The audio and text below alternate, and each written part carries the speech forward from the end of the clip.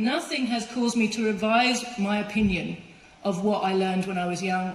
It's only been confirmed by all my experiences. But as I said, I was happy to see that wave of enthusiasm, to see how Jeremy Corbyn's leadership and campaign inspired people. That's great. We need that enthusiasm for socialism, for change, that ability to mobilise people into action. I would have liked to have seen him getting elected, not because I think he could have enacted all the policies he said he wanted to enact, but because the working class would have seen that he couldn't and what were the forces that were stopping him. And that's a very important lesson. What Alexis said, he learned that lesson watching Jeremy Corbyn. The lesson of how rigged the process is, how the state keeps control, such tight control. You know, who is the Prime Minister actually? It's like when Barack Obama was elected and we were all so excited, a black man in the White House, is that this the end of racism in the United States? Right, you know, the police abuse of black people, deportations of immigrants accelerated under Obama. Have to understand it's the system and not the person who fronts for the system. So it's not how it played out. Jeremy wasn't elected. We had to learn the lesson another way on the nature of the Labour Party as we watched that machinery work with the state and with the media to destroy Jeremy's leadership and scupper his electoral chances. But either way, we end up in the same place, don't we? It's now perfectly clear to all sincere and thinking people that the Labour Party is an imperialist establishment party. It can't be made to serve the people. It will never be a vehicle for socialism. So that dream is dead. So what do we do now? What should our aim be?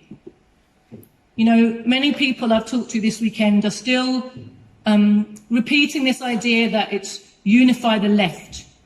But I'd like to put it to you that the left is kind of an amorphous concept.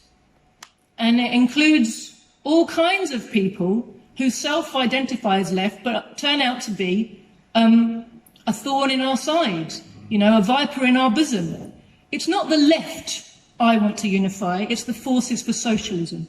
We in the Workers' Party, in fact, increasingly don't identify ourselves as left, because left to us has become synonymous with liberalism, with left wing of capitalist politics, with identity politics that divide and divert our movement, with all kinds of lifestyleisms that have no connection with the working class and no connection whatsoever with socialism. Of course, anyone who genuinely wants to fight imperialism and work for socialism will agree that workers' only strength is in their numbers, and we therefore have a duty to help them to unify as far as possible, to help the working class to unify, not the self-identifying left, the working class.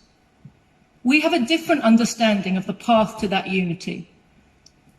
We want to go, and we have started to go, to the workers where they are, in their workplaces and their communities, and reintroduce them to the notion of class.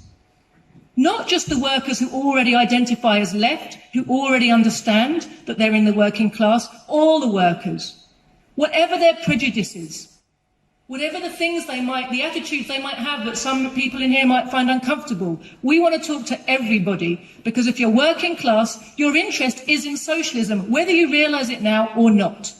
Rebuilding class-conscious politics means reminding workers that they are part of a class with definite interests, which are diametrically opposed to the interests of our rulers. It means proving to them that the present system can never solve their problems and winning them to the cause of socialism. It means exposing the lies about Russia, China, Iran, Venezuela, Cuba, etc., etc., etc., which are used to justify imperialist aggression and the drive to ever more and to bigger wars. It means showing workers that imperialism isn't a foreign policy, as we've talked about earlier from this platform, but an integrated world system of monopoly, finance, capital. That's what their enemy is. And that the pursuit of maximum profit is driving every one of our rulers' crimes, from the closure of libraries and the destruction of our health service, decimation of our pay, our pensions, our working conditions, to the destruction of Iraq and Libya and the insane drive towards an all-out war with Russia or China or both. Tying these things together Showing people the whole picture is part of our mission. It means standing up to the lies and slander of the corporate media. We've heard a lot about that this weekend, haven't we? Much of which will also be echoed by parts of the self-identifying left. And recognising that you only get attacked if you're a threat, if you're doing something right. Wear those attacks as a badge of pride, stand up to them and keep going. That's what we have to learn from what happened to Jeremy Corbyn. Most of all, it means convincing workers that they're not helpless victims. They're the ruling class in waiting, the ruling class of a future socialist society. Workers create all the wealth in the present system. That wealth is currently turned against them by the owners of capital. Individually, they're helpless to resist, but with organisation, there is nothing we cannot achieve. We know this. It's the working class who needs to know it, so they can act on it. That's the goal we've set ourselves, to bring back class-conscious political organisation to the British working class and to help it to learn to use its organisational power, its strength in numbers, in its own interests. Yes, we want as many forces as possible to join us, but we're not waiting around. The task is urgent, comrades. The ruling class isn't going to do us any favours. It's not going to give us any publicity if it can get away with it. If it's forced to give us publicity, it will be hostile publicity.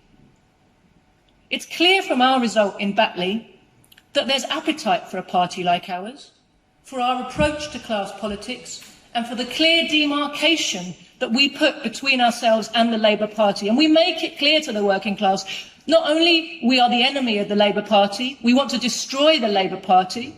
They have stood in between the working class and socialism for over a century. They need to be destroyed. They are not our friends. We don't want to rebuild an old Labour Party. We want to help the working class organise itself to fight back.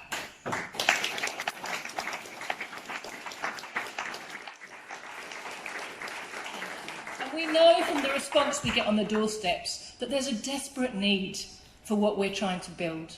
We know the situation for workers is only going to get worse while they remain disorganised and undefended.